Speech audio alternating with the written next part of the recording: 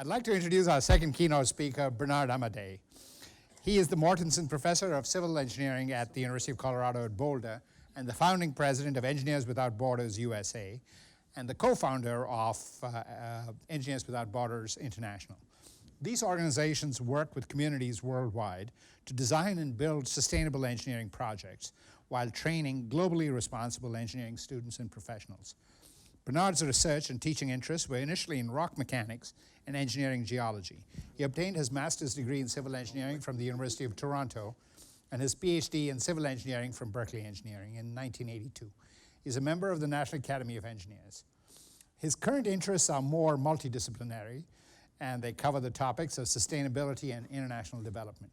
Just last week, he was named a U.S. Science Envoy by Secretary of State Hillary Clinton. He will meet with international partners in this role to explore opportunities for collaboration in scientific and technological innovation. Please join me in welcoming Bernard Amadei, whose topic is Engineering Innovation for All. Welcome. Thank you so much. Good morning, everyone. Thank you so much, Dean Sastry, for your kind introduction and for inviting me to speak today. I echo Carl's remark that it is indeed an incredible time to be an engineer today. And what I want to do today is to add to that excitement and talk about engineering for the 5 billion people on our planet whose job is to try to stay alive by the end of the day. So I want to do is to talk about the role of science and technology in addressing those needs: water, sanitation, energy, shelter, telecommunication, health, and so on and so forth. The stuff that you and I take for granted.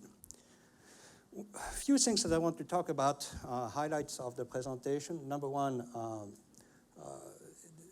this addressing the needs of those 5 billion people represents a tremendous challenge for the engineering profession. It cannot be done with the engineering profession by itself. We need to team up with other non-engineering disciplines to do it. It requires a different mindset. As Albert Einstein mentioned, problems cannot be solved with the same mindset that created them. Therefore, we need a new mindset. And I do believe the new mindset has to be into engineering education and engineering practice. That new mindset needs to embrace disruption. And here we are talking about disruptive type of engineering, good disruptive engineering, right? I'm French here at Berkeley. I think that everyone will welcome the concept of disruption. So when we talk about engineering for the other 90%, I want to start with a quote from a colleague of mine, Paul Pollack, who talks about that essentially the majority of the world's designers have essentially focused on addressing the needs of only 10% of the world's population. What about the other 90%?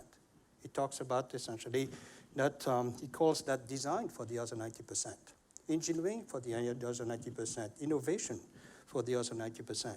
The problems are big here. The impact can be quite huge. And it's not just an impact of doing good. Message that I want to convey today is that I want to stay away from charity work. I'm talking about empowerment of people. I'm talking about development as transformation, individual transformation to anyone on our planet. There's a potential here for doing well by doing good. If you look at those numbers here, the market for joint ventures in different areas in the world, including those 5 billion people here, is humongous. $202 billion in healthcare, $424 billion in low-cost housing, $553 billion in energy, $36 trillion in agricultural products and food.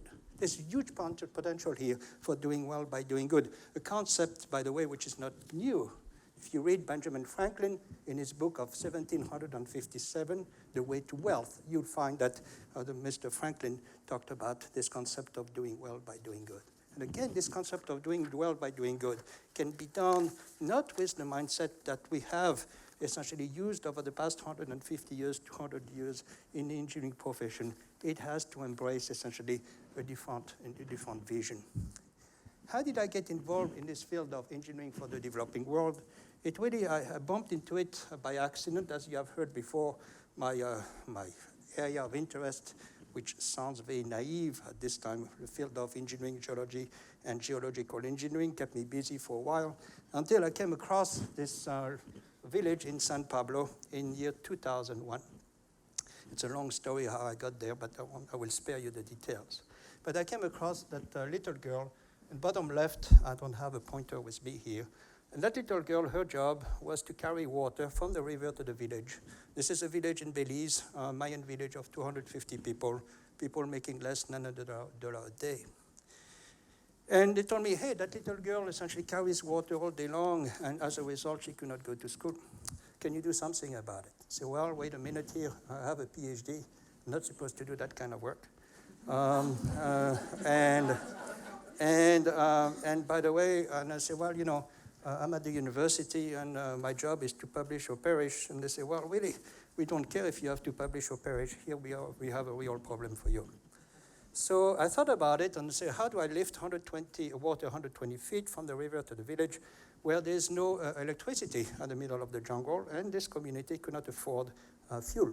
So I had to come up with something very creative, talked to some colleagues, and we came up with the concept of a ram pump, nothing new, but 200-year-old technology invented in England. And they told me, you've got to find a source of energy. Without energy, nothing can move.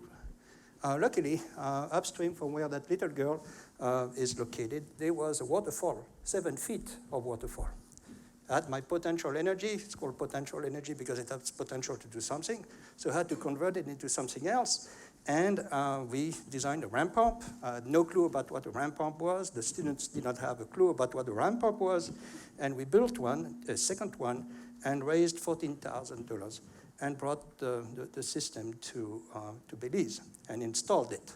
We were able to push the water 120 feet with 7 feet of waterfall at the middle of the jungle. I was really impressed by that. And I thought, whoa, that's pretty cool that here the design problem was not presented to me from an engineering point of view, was presented to me from a social point of view, i.e. that little girl cannot go to school. They didn't ask me to design a ram pump. They told me, hey, we need a service. You've got to focus on the service. So that was a completely different mindset. And also, as I presented that project to my students in class, I got 2, 5, 10, 15, 20 students in my office. Say, whoa, I don't get that excitement when I teach statics or dynamics, right?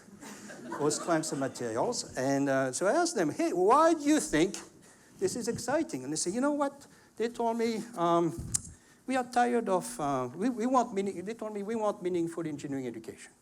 We are tired of doing problems 5.1 to 5.10 at the end of chapter 5. And I told them I'm tired of grading those problems. So it turns out that we had a win-win there, right? So we came up with a solution, and that really led to the creation of Engineers Without Borders. And for me, it was kind of a midlife awakening, let's put it that way, and say, hey, cool. Who does engineering for the developing world? And I looked around, I could not find a single program. So I started essentially a program at the University of Colorado, side by side with Engineers Without Borders USA, which now has about 12,000 members across the United States, 275 chapters, 400 plus projects in 45 countries, and 100 plus projects have been completed, affecting about 2 million people on our planet. That's not enough. Shooting for 5 billion people on our planet. Addressing the needs of those 5 billion is, in my opinion, an obligation for the engineering profession, not an option. Side by side with that, I also started a program at the University of Colorado called Engineering for Developing Communities, and I will say a few words about it in a few minutes. Why engineering for the developing world? We call it development engineering. Actually, it doesn't even have a name yet, so we might as well call it development engineering here, and that's going to be a new branch of engineering, and that deans of engineering will have to deal with across the country. But the problems are big when you think about it. You have about 0.8 billion people who do not have clean water, 2.5 billion do not have adequate sanitation, and so on and so forth. 1.2 billion people do not have adequate housing. 1.6 billion people do not have electricity. The problems are big. The solutions need to be created with a mindset that is quite different from that has been used over the past 200 years. We're living in a world today where we have essentially 2 different groups of people. On one hand, we have the developed world, that the challenge of that developed world is to consume less and more intelligently. These are people who we have options in the developed world. In the case of the developing world, I think engineering has to work there to address essentially very critical problems which are essentially to address the basic needs of people who are living in poverty. For the 5 billion people whose job is to try to stay alive by the end of the day, it is not an option. If you look at the role of engineering over the past and other fields over the past 200 years, it is clear that the engineering profession and other disciplines have improved the livelihood and the well-being of many people on our planet. I have plotted here essentially on the x-axis the GDP, and on the left axis life expectancy. If you look on this diagram, so you have life expectancy as a function of GDP. You can see the diagram on the top right there are all the countries in Europe and Japan, and the United States as well. Essentially, if you give you an idea, the engineering profession, along with medicine, has improved the well-being of people in the Western world. Life expectancy in the United States 100 years ago was about 47. Now it is about 77. So there's no doubt that better hygiene, better sanitation, electricity, energy, along with progresses in medicine, have improved essentially the well-being of small amount of people on our planet. But the other 5 billion people are still stuck at the bottom of the ladder, essentially, in terms of health expectancy and life expectancy. But if you look on this diagram, all the countries in the left corner, on the bottom left corner in blue, all belong to Africa. Essentially, there are countries today in a world where life expectancy is below 60 or even below 50, which was a life expectancy here in the United States about 100 years ago. So work needs to be done. Another picture here that shows a lot of inequalities on our planet is the compounded view of the world at night. Well, you see here all the lights essentially in North America, the lights in Europe, the lights in India. Look at the African continent. From where you are, you probably don't even see it. We have about 1 billion people in Africa today who live in the dark. That's about the same as the people in the United States, plus the people from Europe, plus the people from Russia together. There are huge inequalities there on our planet. 1 billion people living in the dark. Imagine the missed opportunities in terms of livelihood, in terms of business development, in terms of education, in terms of health that we have in Africa. It is an obligation for us to address the needs of 1 billion people in Africa. The potentials are huge. Again, there's huge potential here for doing well by doing good. When it comes to engineering for the developing world, the overall goal is to create healthy, stable, equitable, safe, prosperous, and sustainable communities. I'm finishing a book right now called Engineering in Sustainable Human Development, where I look at those various components. Obviously, that's an ideal. Healthy, stable, equitable, safe, prosperous, sustainable communities. This is an ideal that is based essentially on human development and sustainable human development. But there's one thing that I have learned through my work around the world and in writing that book is that people are the real wealth of a nation. When we talk about development, when we talk about human development, it is about people. It's about their potential. Essentially, it is about their capacity. It is about their needs to live better, dignified lives. When we talk about community resilience there, we talk about essentially a balance between vulnerability and capacity. And when we talk about sustainable human development, we talk about balancing essentially hazard, exposure to hazard, vulnerability, and capacity. In a developing world, for those 5 billion people whose job is to try to stay alive by the end of the day, vulnerability or lack of security is high, and capacity is extremely low. They are stuck, essentially, into a crunch. On one hand, you have, on the left side, you have the crunch, so essentially in the middle, you have the household, which is, in my opinion, the smallest type of unit that needs to be considered when we look at engineering for the developing world. That's where people are born, that's where people die, that's where people develop some businesses, that's where people are educated. The household, which is the basic unit. On one side, you have poverty and hazards, that are pushing the household. It's called a double burden of disease. And on the left side, on the right side, you have essentially high vulnerability and low capacity.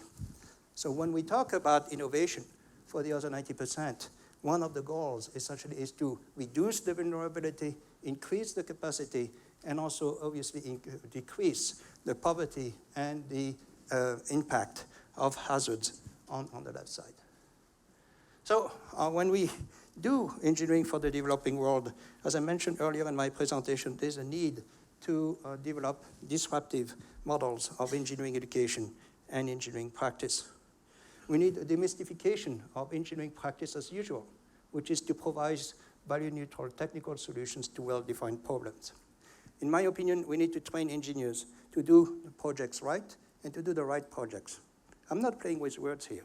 Doing the projects right essentially has to do with good technology, good engineering. We don't want projects to fall apart. Doing the right projects is when you start embracing human development, when you try to embrace sustainability, and when you try to embrace essentially soft issues of engineering. Engineering for the other 90% is about essentially merging the two together. Engineers are called to be change makers. They are called to be peacemakers and social entrepreneurs. Not only do we need to create, essentially to do revolution in design, but we need to create a new mindset in the engineering profession to make engineers realize that they are more than just providing technical solutions. Technology is fine, but in the world where I work, whether I do some work in Africa or the work in Afghanistan or in South America, technology is not the end in itself. I'm talking about human beings here. I'm talking about empowerment of human beings. If all problems in the world were technical, we would have solved them by now. How do we integrate non-technical issues into engineering education and engineering practice? That's the soft type aspect of engineering. Engineers as peacemakers. I helped start Engineers Without Borders in Israel and Palestine and West Bank, Palestine, and in Jordan, and in Lebanon, and in Syria, and in Egypt. This remarkable stuff that is being done right now between EWB Israel and EWB Palestine, working jointly on a project that links essentially East Jerusalem to the Dead Sea. When you flush the toilet right now in East Jerusalem, along with 300,000 people, it goes raw into a big river that crosses the West Bank. There's additional waste that goes into there from Bet Shelah, Bet Sehu, and Bethlehem. And the whole thing goes into the Dead Sea. It has nothing to do with the technology. We have the money there to build a wastewater treatment system, except that for political reasons, the Israelis don't want to have the wastewater treatment system built, and the Palestinians don't want it either. It has nothing to do with technology. We can build the most advanced wastewater treatment system in East Jerusalem. It has to do with political issues.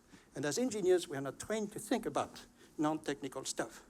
Solution that EWB Israel and EWB Palestine are working on small-scale systems, decentralized systems, and essentially training Israeli farmers and Palestinian farmers exactly the same way to address the local waste. Something about Africa. Think about 1 billion people who need energy in Africa. It won't happen by building a new, big, fancy, super-duper grid. It won't happen. So let's go about essentially being creative and coming up with decentralized systems so any village in Africa can have access to enough energy that translates into better education, economic development, better health, a better future for 1 billion people on our planet. That's a humongous challenge, and it's a challenge that we can reach. That's a challenge that we can meet. We have the money, we have the know-how, we have the resources, we have the creativity to make that challenge, to overcome that challenge. The reason we don't do it has nothing to do with technology, I can tell you that. It has to do with non-technical issues that are well beyond our control, and it has to do with denial and denial of denial. Denial squared, since we are in engineering school.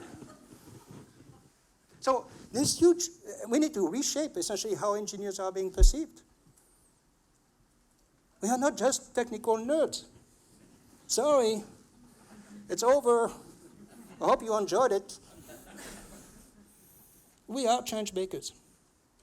We are social entrepreneurs. We are peacemakers. And obviously, technology goes along with it, but it's not an end in itself. At the University of Colorado, I started a center called the Mortensen Center in Engineering for Developing Communities, where the idea is to train essentially engineers in 5 disciplines: engineering technology, public health, business economics that has to do with social entrepreneurship, security and vulnerability, and public policy and governance. These are 5 issues, 5 groups of issues that we believe need to be part of the body of knowledge of engineers of the 21st century. Engineering technology, just a subset. And there's 2 diagrams there that did not appear very well. I don't know why. I wanted to show you an I type of education on the left, all depth. This is a T type of education, breadth and depth. We are enough of the I type of education, where we create experts on the tiny things. More, I think the challenge is to create breadth and depth. Breadth, the base, the T, it's a T type of education. The horizontal bar is a soft aspect of engineering, doing the right projects. The vertical axis is doing the projects right. That's the hard stuff in engineering that we cannot ignore. So that's the program. By the way, 56% of our students are women.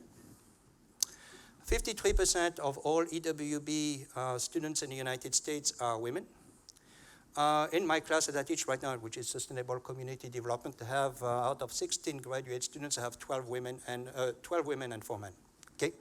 To give you an idea, for those of you who don't know about statistics, in engineering, only 20% of engineers are women, at best. We must be doing something right. People ask me, why are you doing something right? I will tell you why. Because the traditional approach, I'm a civil engineer. They told me, traditional approach to engineering, if brute force does not work, try harder. Wow, we're going to attract a lot of women with a marketing slogan like that one, right? Whoa, no wonder it was created by engineers. When we talk about essentially engineering with a soul, engineering with that brings essentially the heart that is not limited to the top 3 inches of the head, that attracts women a little bit better than brute force, right? So we need essentially a field of global engineering, a new epistemology of engineering practice and education, based on the idea of reflective and adaptive practice, systems thinking, engagement, and a holistic approach to global problems. At the core of this type of global engineering is technology. There's no doubt about it, but I want to emphasize it's not an end in itself. I mean, what Carl presented before is fantastic. And why should it be limited to only 2 billion people on our planet? Why can't we have a center of advanced technology in Africa, in 5 centers across Africa for serving 1 billion people? The problem, though, in many developing countries, it's not engineers without borders, it's borders without engineers. Borders without dentists, borders without teachers, borders without health specialists. So when we talk about development engineering, it's not just about creating a new generation of engineers here in the West. It is also creating institutional, educational capacity in the developing world, where young people, like our young people at Berkeley, can, in Africa or anywhere in the world, can do the kind of fancy engineering, the new tech, the high tech, the super fancy stuff that Carl was presented earlier. Why should it be limited to 2 billion people on our planet? We have a market. Autodesk, you have a market of 5 billion extra people on our planet who wants to live a better life. There's potential here for doing well by doing good. And by the way, some of those developing communities are not just across the big river in Africa, they are also in our backyards here in the United States. Keep that in mind. The stuff that I'm going to present is really nothing compared to what Carl presented before. But it shows you the range. There's a spectrum here. And the kind of stuff that I'm talking about is not high-tech or low-tech. It's both. Sometimes it has to be low-tech. Sometimes it has to be high-tech. It is very contextual in its nature. but it is appropriate and sustainable technology. It's about technology that is owned by the people, understood by the people, that can be fixed by the people, and ultimately, it's a technology that creates jobs. Wow.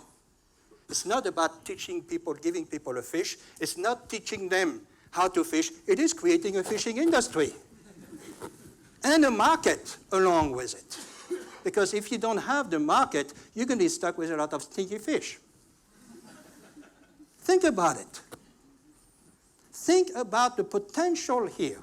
1 billion people in Africa, if given the resources and the skills, can change overnight the fate of that continent. And engineering has a potential, a huge potential, to contribute to that. Can it be done? Yes, it can be done. We have to have the will to do it, and today I think we can do it. It's beyond politics, it's beyond everything, and as engineers, the change makers in this room, the change makers across the world are calling for it. There's more innovation taking place in the world today than we have ever seen, and it's not even limited to the developed world. I will show you some examples in a few minutes. So it is about appropriated sustainable technology. It's finding out people what Schumacher talked about in the 1970s, finding out what people do and teach them to do it better. Wow, that's a famous quote.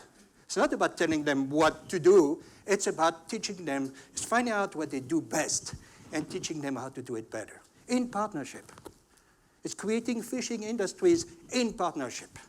It's creating a market for that fishing industry in partnership. And believe me, the world will be a much better place, guaranteed. I guarantee it to you.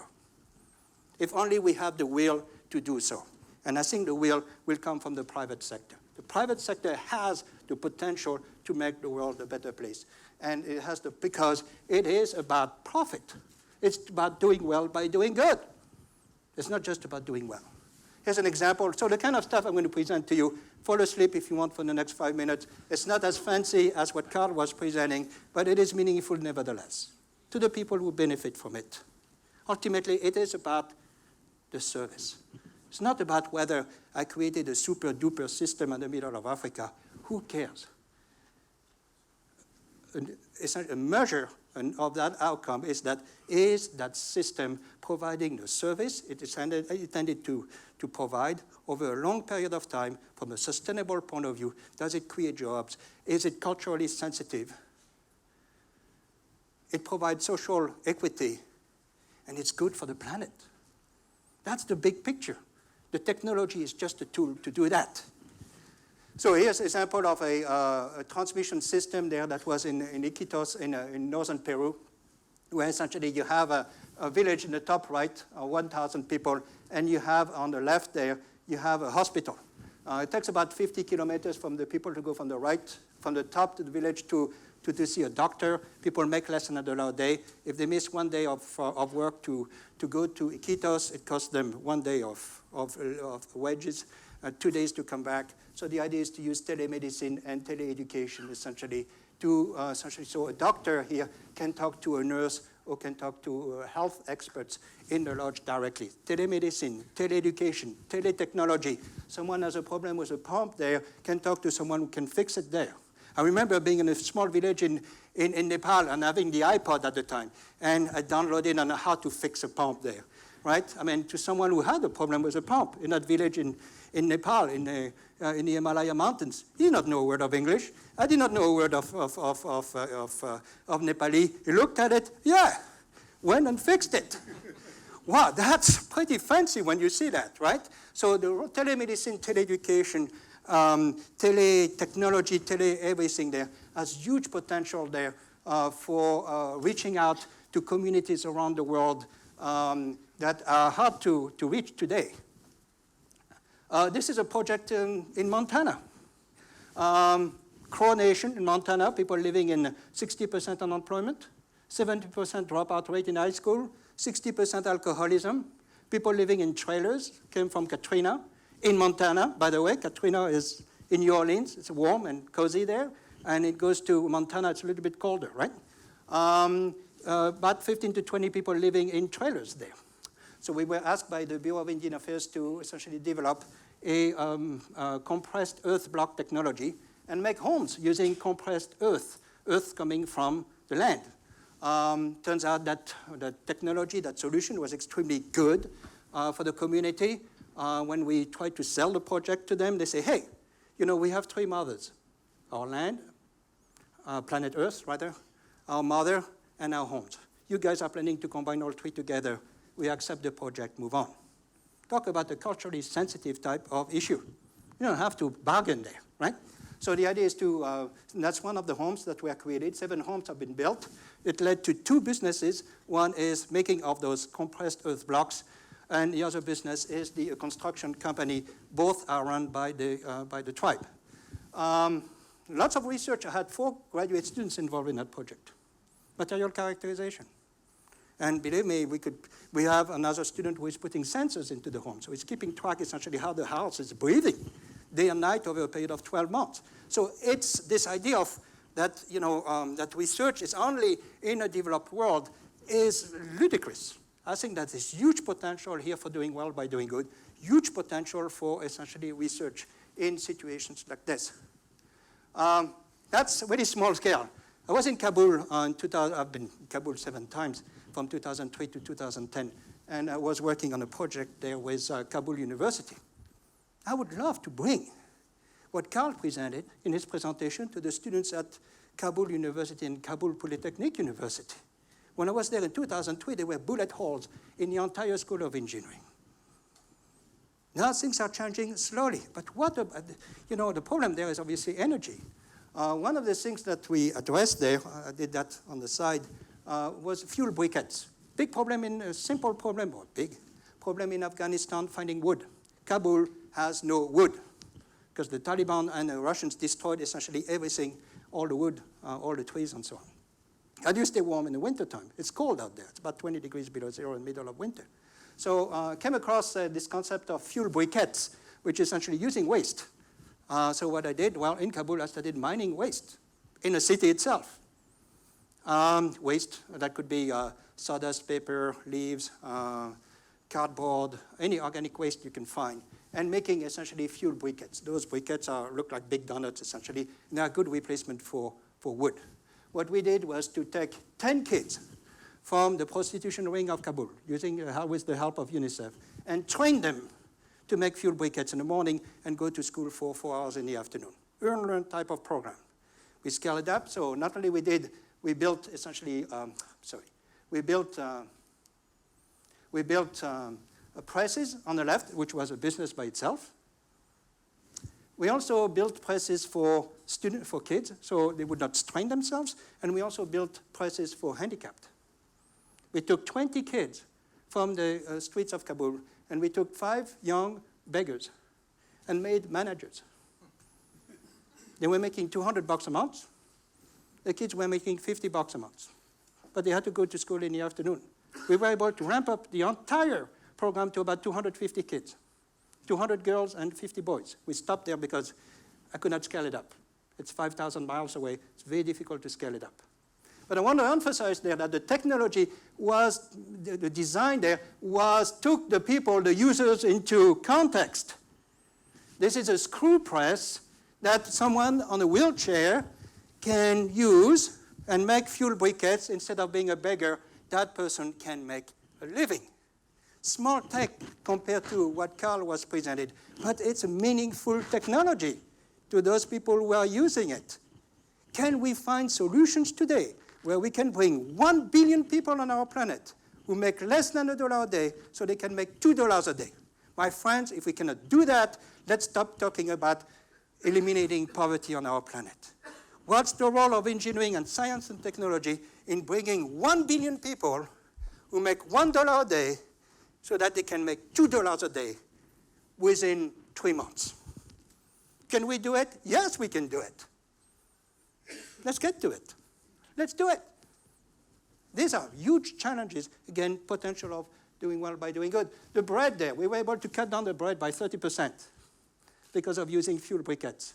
Talking about the bread. For someone who makes $1 a day, the bread is very important in many countries in the world.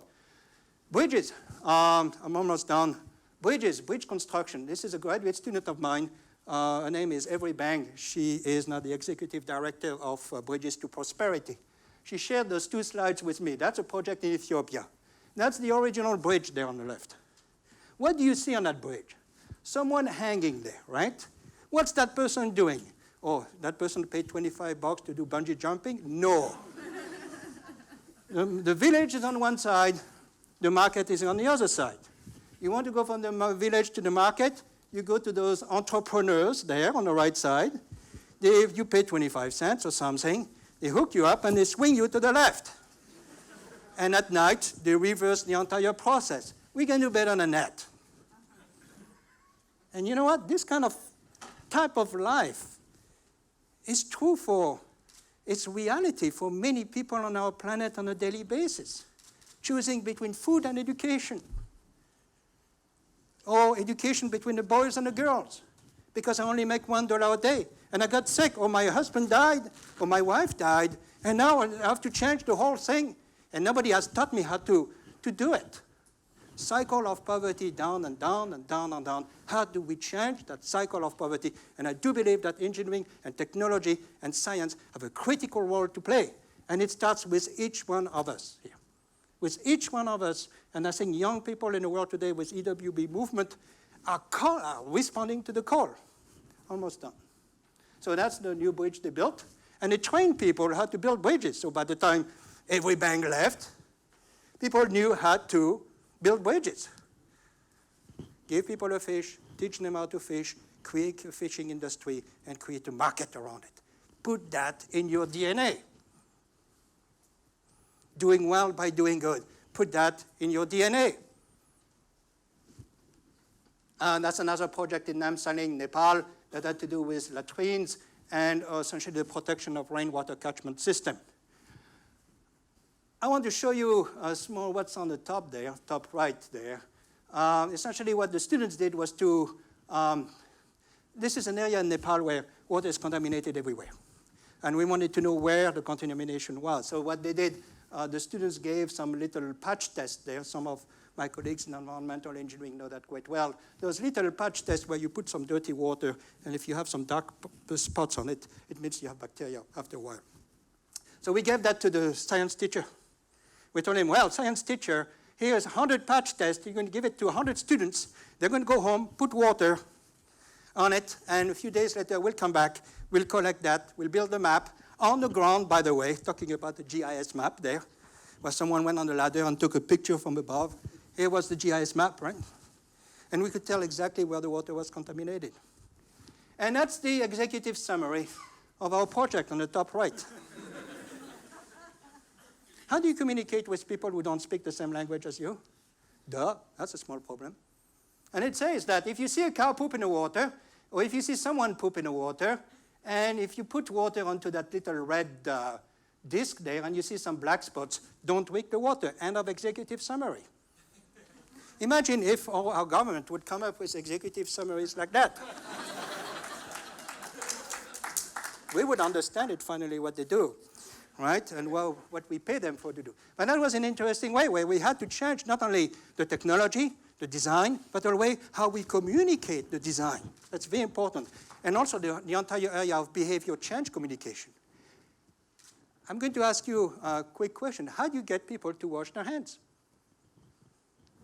We know that washing hands changes essentially people's lives for the better. How do you get people to wash their hands? That's the whole field of behavior change communication. Fancy technology, not fancy technology. If you want people to use it, this behavior change. And how do you communicate that behavior change to people? And who are you to change people's behavior, by the way? Now, there are some interesting issues there that are beyond engineering. Innovation in emerging markets, it's huge. And it's not just limited to the developed world. In India and China, it's booming left and right. I love this idea of the guy here who developed the EKG and held EKG for $800. I've seen it at $500, right? He's a portable system, rechargeable, can do an EKG on top of Mount Everest at the middle of the Sahara for $1 per patient. GE heard of that and say, wait a minute here. That guy can do it for $1 per patient. System is $500 or $800. Our machines are hundred thousands of dollars there.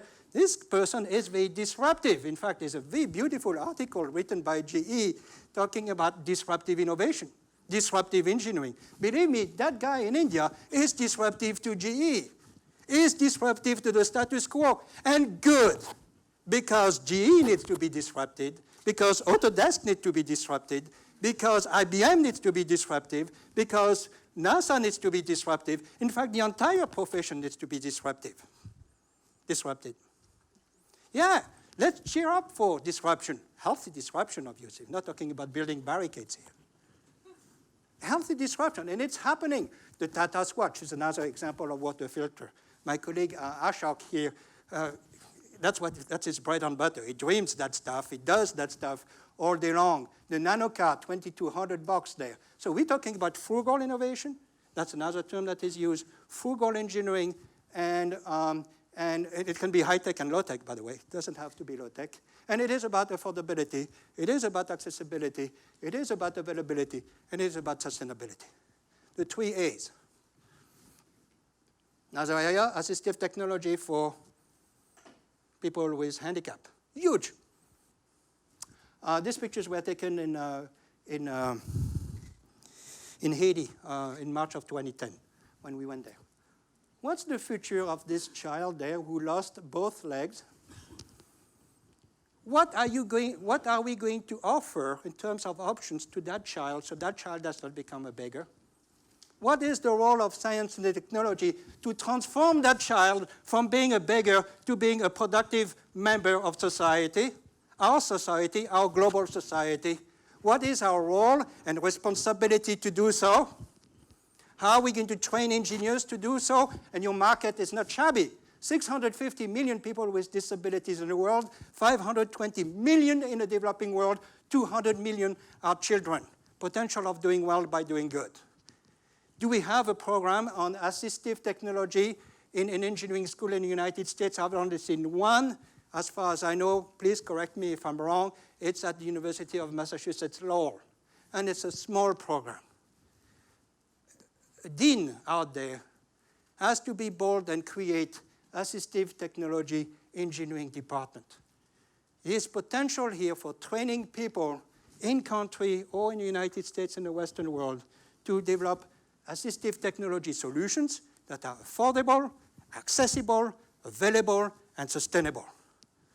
We are not there yet. Our market is huge. In Haiti, it was estimated in 2010 about 4,000 to 20,000 amputees in Haiti. What is the future of this child? Can we come up with some solutions so that that child does not join the ranks of poverty? I've seen children blow up in front of me. I've seen children die in front of me. And I owe it to them that whatever I do, whatever type of engineering I do, I've got to make their life better. It is an obligation, friends. It is not an option for us. We can talk about poverty reduction all day long in a cocoon, or we can do something about it. And I do believe that the engineering profession, science and technology, has the tools to do it, to bring that child. That child might be an Einstein for all practical purposes. And why not? There's probably about hundreds of thousands of Einstein in Africa that are yet to be discovered. And it is the role of us, Autodesk, other engineering companies, to create that potential. I'm almost done with my excitement. Just want to quote with this famous quote of Albert Einstein: the significant problems we face cannot be solved with the same level of thinking. I hope I was able to convey to you this need of disruption, healthy disruption in engineering practice, in engineering education, in engineering practice and engineering education. I also wanted to convey to you that engineering for the other 90% has huge potential here for doing well by doing good. It requires change, and it requires adopting change. And nobody likes change. In fact, there's a famous quote from Caroline Myss, I think, if the only person who likes change is a wet baby. All right? The only person who likes change is a wet baby. We need to embrace change. We don't have too many options there.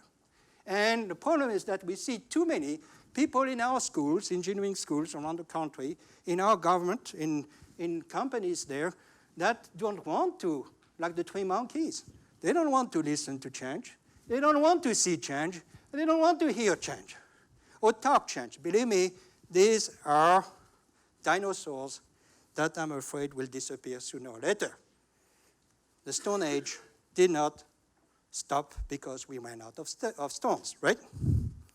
So we need to embrace change. So I want to finish my presentation with a bunch of pictures of children. As I mentioned to you, I take that close to my heart, because I'm tired of seeing children who die for reasons that are purely preventable. Children in Peru, that little girl is talking to a teacher that is 50 kilometers away. Children in Nepal that are looking at the computer there, driven by a PV system on top. Children in Rwanda. And 4 children there that 2 years ago were essentially using prostitution in downtown Kabul to make a living. And essentially because of that fuel briquettes and making a little bit of vector analysis using those presses and so on, those kids have a brighter future. Ultimately, that's what it's about, making the world a better place so that those children have a smile and have a brighter future. Thank you.